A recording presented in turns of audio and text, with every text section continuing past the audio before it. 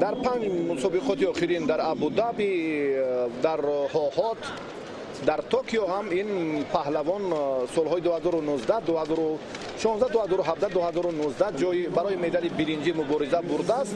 پهلوان 35 ساله بلگیایی اما ناکام شده. بله، تجربه همین ورزشگر بلگیا بسیار کلان است. از جهت قوه و سرعتش سامان جوان است و حرکت کردن در کرکی در همین سبقت پیشتر باید باشد سامان.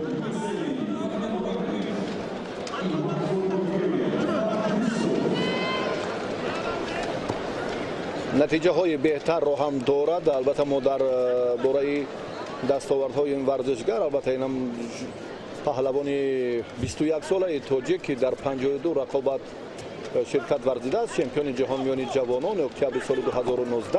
یک اصول یوچیمات از طرف سامان، ولی حرکت در همون نقطه ضروری نبود. یک شیمی وازه اصول خفه کنی.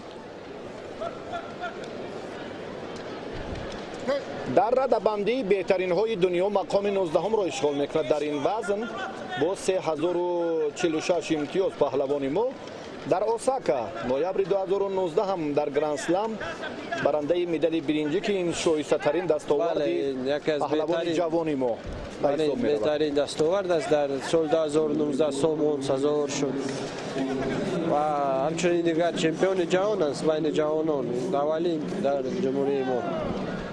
این اصول باز یک اصول خفه کنی ممکن شیدو داده می شود به ورزشگر بلگیا، چون که کم حرکت است و سامان همیشه حرکت های تاچی وضعی هم در زمین هم در حالت راستو کار کرده ایستاده است. خیلی فعالتر شد در یک حرکت دیگر و صاحب شیدو می شود و انتیچل. در مبارزه با فرناندس نماینده پرتغال سامان اندکی فارغ بالی کرد بود.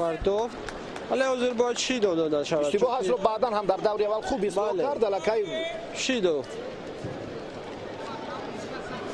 وقت تقاضا میکند رقابت. بله شیدو. بله همین طور هم هست. اولین شیدو با پهلوان بلگیا.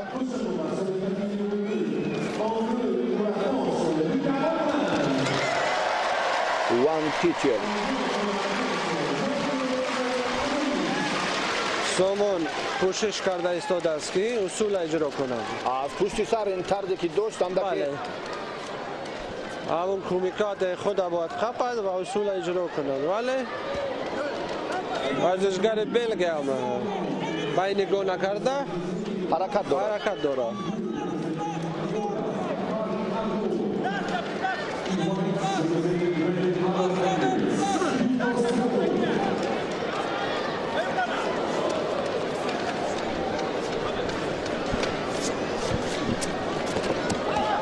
اندک دل پر شد پهلوان ما. من فکر میکنم با این باید قناعت نکند و همه حرکت هایش از همون حالت بالا، از بالا وقتی که میدارد امیدواری هایش دوچند می شود. چندین اصولی که هدف استفاده قرار میدهد ابتدایش از همون حالت بالا داشتن. بله باید همین خیلی حرکت کند، کار کند بسیارتر، چون ممکن یک شیدو دیگر اگر یک حرکت پای باشد حرکت که شد الکی حریف موازنت رو گم میکند با اشتباه راه میدهد. بسیار حالت ها شدنش میکند. جدو همون کمیکات و از موازنت برآوردن حریف است. حریف رو که از موازنت برآورد یک بار و دو بار و سه بار الکی بله باز پرداخت و زاری ایپان است.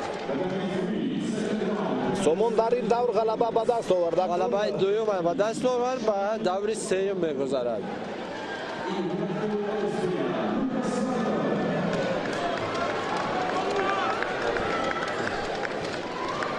در دور سوم از ورزشگر مونتنگرو اگر خطا نکنم و دولت عاید از همون